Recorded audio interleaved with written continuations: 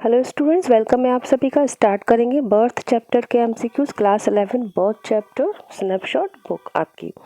Now तो इसके जो ऑथर है, who is the author of this chapter? Birth A J Cronin is the correct answer. A for Archibald and Joseph, J for Joseph, A J Cronin. Scottish physician and novelist है। इस तरह से आपका answer हो जाएगा। नेक्स्ट क्वेश्चन आपका, Andrew did his medical practice under his assistance of. तो Andrew is the main character, doctor Andrew. Okay, in this chapter doctor Andrew इस चैप्टर के मेन कैरेक्टर हैं, प्रोटोगोनिस्ट है। और बर्थ चैप्टर में वो एक अपना मेडिकल प्रैक्टिस कर रहे हैं, तो उनको ये उनका एक्सपीरियंस है जो वो यहाँ डिस्क्राइब कर रहे हैं, किस तरह से उनकी क्या कंडीशन हो जाती है। हाँ, तो वो प्रैक्टिस कर रहे हैं किसके अंडर में? डॉक्टर पेज के अंडर वो प्रैक्टिस कर रहे हैं, ये भी ध्यान रखना है। Who was waiting for Andrew at midnight. तो एक बार जब एंड्रयू का कौन वेट कर रहा था, इट मीन्स उनका कोई उनके लिए कोई पेशेंट वेट कर रहे थे, वो थे जो मॉर्गन। इनकी वाइफ को बेबी होने वाला था। तो who was waiting for Andrew at midnight? Joe Morgan. इनकी वाइफ का नाम था सूजन मॉर्गन।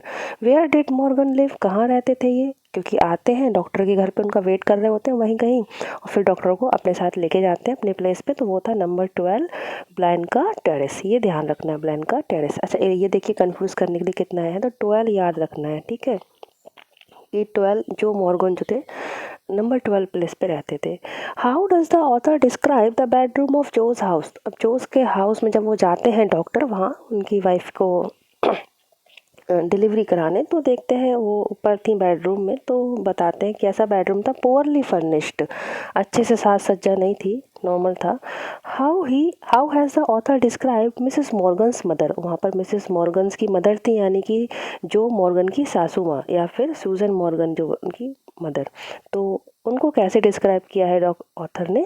इसका आंसर आपका हो जाएगा ऑप्शन सी का। देखिए, वाइज भी थी वो, ग्रे हेयर्ड थे उनके, एंड इन 70s की एज की थी, all of the above. Okay, now next question is, when Andrew approached Susan was accompanied by her mother. Students, मैंने रिसेंटली कुछ वीडियोस देखे, एंड पहली बात तो आप सभी को पता है कि यूट्यूब पे नॉर्मल इस तरह से कोई प्रिपरेशन नहीं करा रहा है। दूसरी बात, एक दो लोगों को मैंने देखा भी, तो इतना टाइम खपाते हैं वो एक क्वेश्चन में, इतना सारा आगे पीछे बात करने में, माय गॉड। जिसको वजह से ही मैंने खुद ही कहा कि चलो, जब जब मैंने ये चैनल स्टार्ट किया था, इसी पर्पज़ से स्टार्ट किया था कि टाइम वेस्ट ना हो बस, जितना ये चैनल वाले करते हैं, आगे म्यूज़िक पीछे म्यूज़िक, फिर उनकी कहानियाँ, सब्सक्राइब करने के फ़ायदे, वॉट। तो आप लोगों को भी पता होगा ना, बच्चे मुझे बताते हैं कमेंट करके, स्टूडेंट्स मेरे। When Andrew approached Susan was accompanied by her mother and a, option C, a midwife. Midwife या नर्स, एक और सेविका भी थी वहाँ पर, ठीक है। जब एंड्रयू पहुँचते हैं तो जो सूजन थी वो अपनी मदर के साथ तो थी ही, साथ में एक मिडवाइफ भी वहाँ पर थी। Don't freight mother, I will not run away. ये डॉक्टर कहते हैं। वाई डिड एंड्रयू से दिस? जब डॉक्टर एंड्रयू पहुंचते हैं और वो पेशेंट को जांचते हैं, कंडीशन देखते हैं क्या सिचुएशन है, अभी कितना टाइम लगेगा डिलीवरी होने में, तो इनको फील होता है कि थोड़ा सा समय और लगेगा। अब इनकी ये फीलिंग को सूजन की जो मदर थी वहाँ, वो फील कर जाती है। उनको लगता है कि डॉक्टर चले ना जाए कहीं बीच में, बोल के मैं आता हूँ, ऐसा बोल के। तो वो कहते हैं, रुकिए डॉक्टर, मैं आपके लिए चाय बनाती हूँ। तो फिर डेट समझ जाते हैं, देखो माता जी कितना एक्सपीरियंसड है, समझ गई है मेरे भाव को। तो फिर ये कहते हैं, डोंट फ्रेट मदर, आप परेशान मत होइए, मैं कहीं नहीं भागूंगा, ऐसे। तो to reassure Mrs Morgan's mother, Mrs Morgan की मदर को रीअश्योर करने के लिए कहते हैं। Andrew decided to dash at Joe's house. तो see, Andrew decided to stay, decide करते हैं कि वो यहीं स्टे करेंगे जब तक पूरा, क्योंकि रात के 3 साढ़े 3 बज रहे थे। उन्होंने सोचा कि अगर मैं घर चला जाऊँ या सोचूं 1 घंटे की नींद भी ले लूँ, लेकिन ये सिचुएशन ऐसी है, डिलीवरी कराना है, कभी भी मुझे आना, मेरी ज़रूरत पड़ सकती है। तो उन्होंने कहा मैं यहीं स्टे करूँगा जब तक सब कुछ ठीक से हो नहीं जाता है। स्टे ना कि sleep. While waiting at Joe's house, what did Andrew think about? जब उनके घर पे वो वेट कर रहे थे, उस बीच वो क्या सोच रहे थे? ऑप्शन डी है इसका, failed marriages and Christine. Christine इनकी जो है पार्टनर होती हैं, गर्लफ्रेंड होती हैं एंड्रयू की, जिससे ये मिलकर ही आए हुए थे और कुछ डिसअपॉइंट थे, तभी तो वहाँ पर पहुँचते। तो इनका जो मॉर्गन इनका इंतज़ार कर रहे होते हैं। तो साथ में जो फेल्ड मैरिजेस कैसी हो जाती हैं, जो चलती नहीं है, और ऐसे कुछ लोगों को भी बारे में सोच रहे थे। How was the new born child. अब न्यू बॉर्न चाइल्ड कैसा होता है? Option B, lifeless. वो लाइफलेस होता है, लगता है कि जीवित नहीं है, ऐसा बेबी उनका पैदा होता है, सूजन का। What dilemma did doctor Andrew confront? कौन से डिलेमा को कन्फ्रंट करते हैं, सामना करते हैं, किस कन्फ्यूजन का, किस प्रॉब्लम का? देखिए ऑप्शन 12 का देखिए, whether to attend the child और मदर, कि मैं मदर का देखूं कि चाइल्ड को देखूं। एक तरफ मदर बेहोश पड़ी है, चाइल्ड इस तरह लाइफलेस पैदा हुआ है, तो मैं क्या करूं एकदम। और वो बहुत ही समझदारी से सारा प्रक्रिया करते हैं। In the dilemma he faced, what did Andrew do? तो वो क्या करते हैं, वो जो डायलेमा फेस करते हैं, चेक अपॉन सूजन फर्स्ट। वो सूजन को, मदर को पहले चेक करते हैं, उसको एक इंजेक्शन देते हैं, कुछ दवा देते हैं, बहुत ही ये सब फास्ट काम होता है, बहुत ही फास्ट। और फिर वो बेबी की तरफ ध्यान देते हैं। Where had the midwife placed the still born child? और इस बीच जब डॉक्टर ये परेशान थे कि मैं मदर को देखूं या चाइल्ड को देखूं, तो मदर को देखते हैं, सूजन की तरफ ध्यान देते हैं। इस बीच जो मिडवाइफ थी, वो जो नर्स थी, उसने स्टिल बॉर्न चाइल्ड को कहाँ रख दिया था? Option C, under the bed. Bed के नीचे रख दिया उसने, वो जो बेबी पैदा हुआ था उसको। What did Andrew conclude from the witness of the child? Child को देखने के बाद उसने क्या विटनेस किया कि भाई क्या प्रॉब्लम है, क्या कंक्लूड करके बताते हैं उसको? बताते हैं कि option B, that he suffered from lack of oxygen. ठीक है, ये नहीं है ही वॉज डेड, नहीं है। जिन्होंने स्टोरी पढ़ी है उनको पता है, हॉस्पिटल तो ले ही नहीं गए थे और वो बचा नहीं सके, ये भी गलत है। ये बात थी, बस लैक ऑफ ऑक्सीजन था, ऑक्सीजन की कमी थी that time. What did Andrew remembered about Samaritan? ये एक केस उनको याद आता है किसी का कि इसके साथ भी ऐसे ही कुछ हुआ था, एक बेबी के बारे में। तो ये क्या है? अ ट्रीटमेंट ही विटनेस्ड, ये उस ट्रीटमेंट के विटनेस बने थे, सेम केस था किसी और डॉक्टर का, तो उनको याद आता है एक बेबी ऐसा हुआ था, तो उन्होंने कैसे ठीक किया था। What all things did Andrew use in the treatment? क्या वो यूज़ करते हैं उस ट्रीटमेंट में? Option D, all of the above. Hot and cold water, basin and towels and a blanket. ठीक है, उसमें फिर वो ये सभी सही है। हॉट कोल्ड वाटर में, बेसिन में रखते हैं पानी को, पानी का बर्तन जैसे रखते हैं बड़े सा, टॉवल भी लिए रहते हैं साथ में, हॉट कोल्ड वाटर अलग अलग रखते हैं, और बेबी को एक बार गर्म पानी में, फिर ठंडे पानी में, ऐसे रखते हैं वो बार बार, फिर टॉवल में रख लेते हैं, तो वो फिर उसकी सांस आ जाती है, ऐसा होता है। How did Andrew try to save the still born?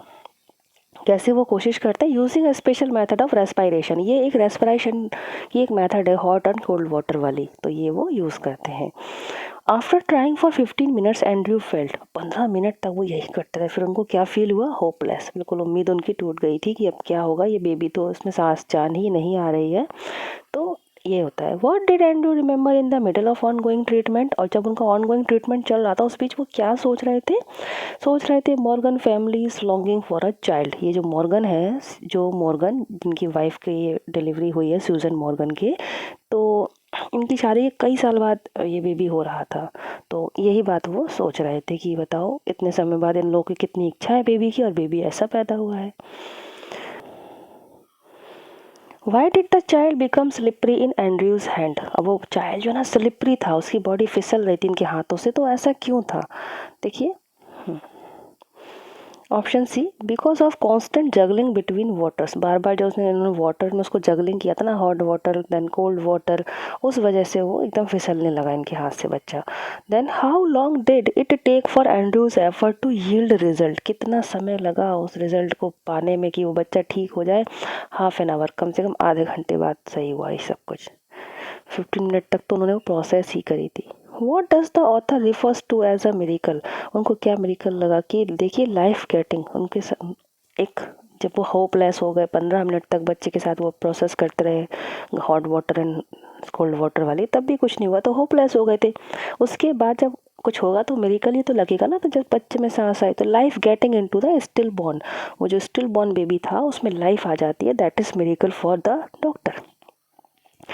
But her hands were together, her lips moved without sound. Who is her? उसके हाथ एक साथ थे, हाथ जोड़े हुए थी, उनके लिप्स मूव कर रहे थे विदाउट साउंड के, यानी कि प्रेयर कर रही थी मन ही मन में। तो ये कौन थी? ये वही थी, मदर इन लॉ थी, जो option C, Mrs Morgan's mother. Okay. Why did Andrew get oblivious to all the work he had done in Blenley? देखिए कैसे वो हो जाता है, because he did something extra ordinary that night. तो एक उस बात से, जो भी उन्होंने किया था प्लानली में, यानी ये जो ट्रीटमेंट उन्होंने किया था बर्थ वाला, इस सक्सेसफुल रहा था, काफ़ी वो ऑब्लिवियस हो जाते हैं या पहचाने जाने लगते हैं, क्योंकि उन्होंने कुछ एक्स्ट्रा ऑर्डिनरी वर्क किया था दैट नाइट, जान बचाई थी एक बच्चे की और एक माँ की भी। ड्यूरिंग द होल इंसिडेंट जो did not enter the house. अब ये जब पूरे टाइम ये प्रोसेस चल रही थी ना, तो जो मॉर्गन और जो सूजन मॉर्गन के हस्बैंड होते हैं वो घर में अंदर ही नहीं आते। डॉक्टर से कहते हैं आप जाइए, स्टार्टिंग में कह देते हैं आप जाइए, मैं बाहर वेट करूँगा। तो वो क्यों नहीं आते अंदर? बिकॉज ही वॉज एंजियस, क्योंकि वो चिंतित थे। ये सुपरस्टिशियस नहीं थे, अंधविश्वासी या डिस्टर्ब नहीं करना चाहते थे, ऐसा कुछ नहीं था। बस वो थोड़ा सा एंजियस थे कि सब कुछ ठीक से हो जाए, मैं बाहर ही वेट करता हूँ। आफ्टर हाउ मैनी ईयर्स जो एंड सूजन ब्लेस्ड विद अ चाइल्ड। कितने साल बाद उनको ये बेबी हो रहा था? 20 ईयर्स। देखिए यही क्वेश्चन था जिस वजह से डॉक्टर सोच रहे थे उस समय कि कैसे बचा लूँ मैं, इनको इतने सालों बाद बच्चा होने वाला है ऐसे। तो after 20 years blessed with a child. Why, और वो जो चाइल्ड पैदा हुआ था ना वो बॉय था। Why is the lesson named birth. इस चैप्टर का नाम बर्थ क्यों रखा गया है? Because it is about birth of a child. एक बात है, चाइल्ड के बर्थ के बारे में है। Birth of Susan's child was a turning point in doctor Andrew's life. Do you agree? ये एक टर्निंग पॉइंट था, एब्सोल्युटली। क्योंकि वो एक बिल्कुल स्टार्टिंग के डॉक्टर थे, प्रैक्टिस कर रहे थे डॉक्टर पेज के अंडर। उन्होंने कभी कुछ ऐसा एक्सपीरियंस देखा ही नहीं था। और ये स्टोरी ही इस बारे में है कि practical experience in medical field. तो बिल्कुल उनका काफ़ी लाइफ चेंज हो जाती है, काफ़ी अफेक्ट होते हैं वो। What can you say about Dr. Andrew after reaching birth? Option B, he fulfilled his obligation well as a doctor. तो जितनी भी उनकी obligations थे, उनके जो कर्तव्य थे, उन्होंने डॉक्टर के रूप में अपने निभाए वो। तो यही सही है इस चैप्टर के बारे में, इस बर्थ चैप्टर के बारे में। स्टूडेंट्स इसमें कुछ इंपॉर्टेंट पॉइंट भी याद रखना है। जो बर्थ चैप्टर है ये जो एक नॉवल वर्क है, द सीटाडेल, ये एक नॉवल है, ठीक है, सीटाडेल बाय ए.जे. क्रोनिन उनकी नॉवल है। उसमें से ये एक्सट्रैक्ट लिया गया और ये नॉवल 1937 में पब्लिश हुई थी। Students thank you so much उन सभी स्टूडेंट्स को जो सब्सक्राइब करके आगे बढ़ रहे हैं, कमेंट्स करते हुए, लाइक करते हुए।